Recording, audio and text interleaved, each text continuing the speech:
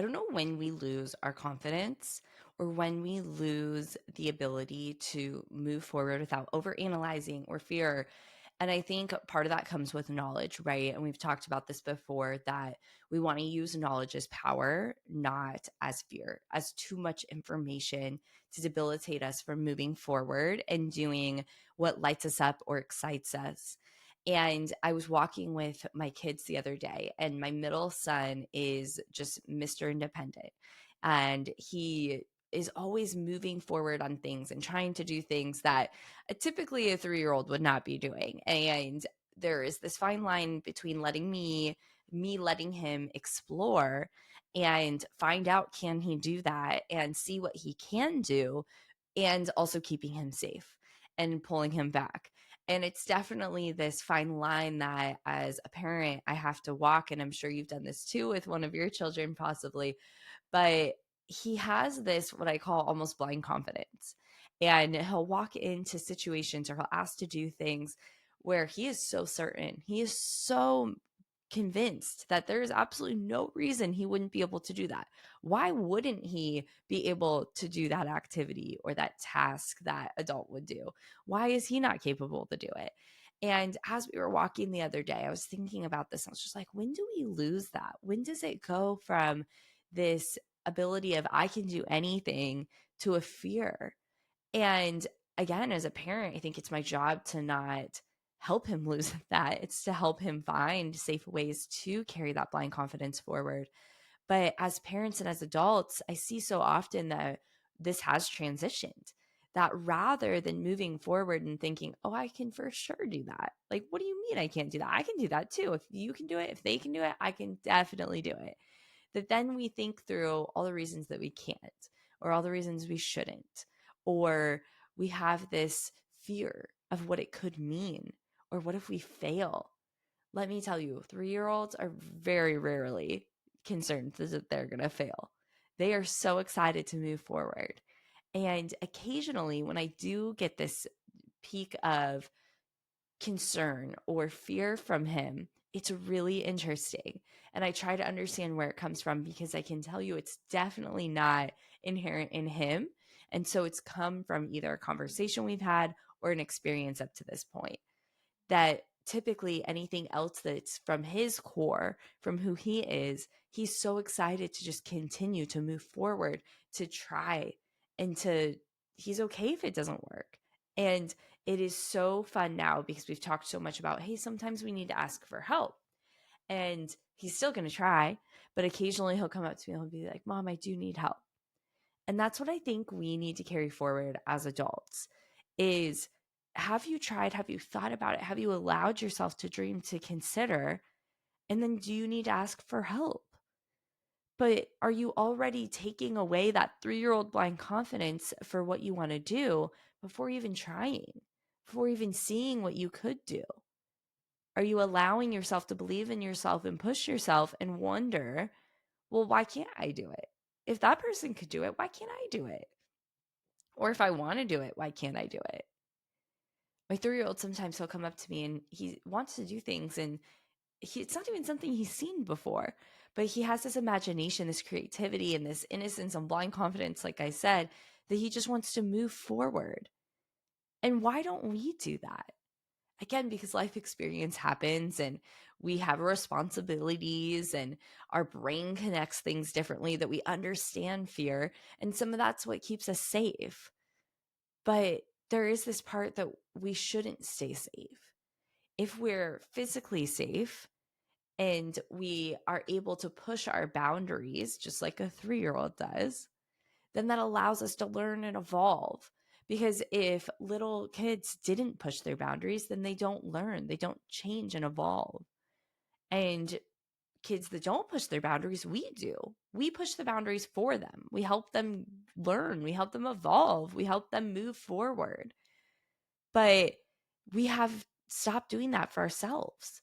We've stopped challenging the boundaries as individuals, and we're not allowing ourselves to move forward. And what a disservice we're doing ourselves for the 20 years from now version of us, because what boundaries are we pushing now? Now, every day that you wake up as a parent, you're pushing boundaries. Every day as you wake up, you are evolving. But what if you're meant to do more? What if you're meant to evolve more? What if those boundaries of self confidence and growth and personal development and career growth and organization and relationship conversationals and all of those things? What if you're meant to push the boundaries on those so much more, but you're not? And what does that mean 20 years from now? What does that mean for you moving forward? I want you to think about how can you bring back this 3-year-old inside of you? How can you be so excited to learn, so excited to push boundaries, to go do something and peek over your shoulder and see who's watching and if you're going to get in trouble or if you're going to succeed and smile and say, "Look, I did it, Mom." How can you get that back inside of you? How can you pull out that dreamer, that questioner, that boundary pusher, that blind confidence for yourself so that when you wake up in the morning, you know you've got this. You can do it. And if you don't, you'll ask for help, just like we teach our kids. I don't know why we transition the knowledge of the world often into fear over into the ability to pocket that information and use it for power, for good. I think sometimes, yes, we have this information, but so often we learn more about the world. We learn more about our capabilities, others' capabilities, what we're good at, what we're not. And it ends up becoming less of a superpower and more of information for fear of what to do, what to not do. And some of this, again, is to keep us safe. But I challenge us to really look at that information and see, am I using this for power? Am I using this for safety? Or am I living in fear? Am I living in doubt? Am I living in uncertainty? And how can I flip the script? And how can I go back to believing in myself, my 3-year-old independence and blind confidence and moving forward? I see this show up in a couple different ways. Networking is one of them. Regardless of what your goals are, networking is so important. Meeting like minded people for your goals is so important. Whether it's mom friends at the park or a meetup, or it's for your career growth, or starting a business, or just learning new skills, learning how to be a sports mom or a band mom or whatever it is, finding people within your current season and where you're at to connect with, to relate to, is so, so important. But sometimes you have to have blind confidence when you walk in. Sometimes you have to feel a little bit of that fear and still strike up the conversation. You may find yourself at an event for your kids, and sometimes you have to be the first to say hi. Because guess what? It's not that the other moms don't want to talk to you. It's that everyone finds it awkward to go up to the person they don't know and say hi. Everyone does. But you have to be the person that's going to say, you know what? There's a more positive possibility to this than there is fear. I could meet my next best friend. I could learn what I need to learn about how to be a karate mom by going saying hi to the other moms or parents or dads. But when you can introduce yourself, you can go first, you can have that blind confidence. You test it. You learn. You figure out if it was for you or not, just like a 3-year-old does. That's the whole reason we put our kids in these activities, right? See if they like it. See if it's their thing. Well, you don't know if it's your thing too if you don't go say hi, if you don't ask. When I started the Momma Has Goals app, I definitely moved forward with blind confidence. I had no idea what I was doing. And I remember just looking up online, how can I start an app? How can I make this idea a reality?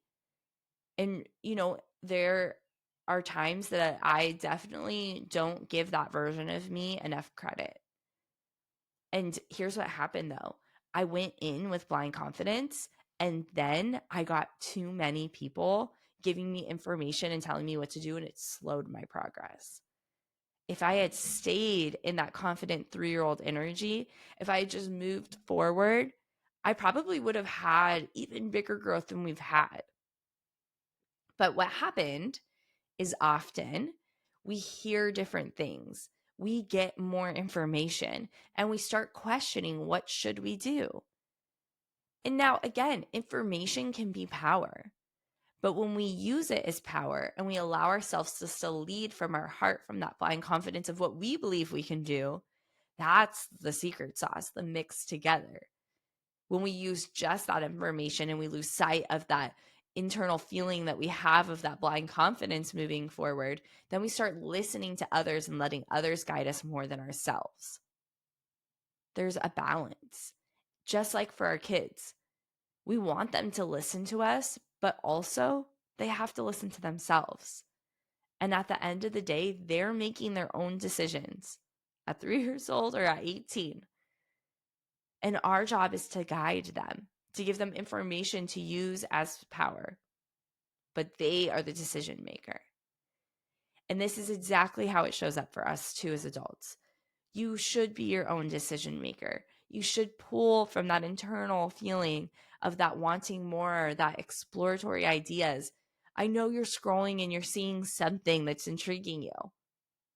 You've thought of something's on your heart, on your mind. You keep thinking about it. Maybe what if? It could be anything. It could be remodeling a part of your house, going into a new activity or vacation with your family, a new job, a career path, or business. But when we allow the world to take that excitement and those ideas from us and pull our initial joy and replace it with fear or questioning, then we're doing ourselves a disservice. Too much information can give us analysis paralysis. It stops us from moving forward. And so it's important to use this information and these opportunities that do exist for all of us as power, not as fear, not as slowing down. Like when I started the Momma Has Goals community, I just went in. I was like, I have no idea what I'm doing, but I'm going to start an app. I'm going to figure it out. Went online, figured out how to get it started, found a developer, got on calls late at night after work, all so that I could bring this vision to life. Because I believed in this community, because I knew I needed it and a lot of other people did too. And now we have hundreds, thousands of women that all connect on this premise of being a mom and wanting more, wanting to be all of you, accomplishing goals and growing and evolving. And just like my 3-year-old pushes his boundaries, we need to push ours. So I want you to think today, Mom, where are you no longer pushing boundaries for yourself? Where can you push some boundaries? Where can you challenge yourself? Where can you move forward with blind confidence and allow yourself to dream again, evolve, and grow? Where can you be like a little 3-year-old and ask for help if you need it, but see if you can do it first and move forward and take the step. I'm sending you so much love, Mama. Have a great week. We'll talk soon.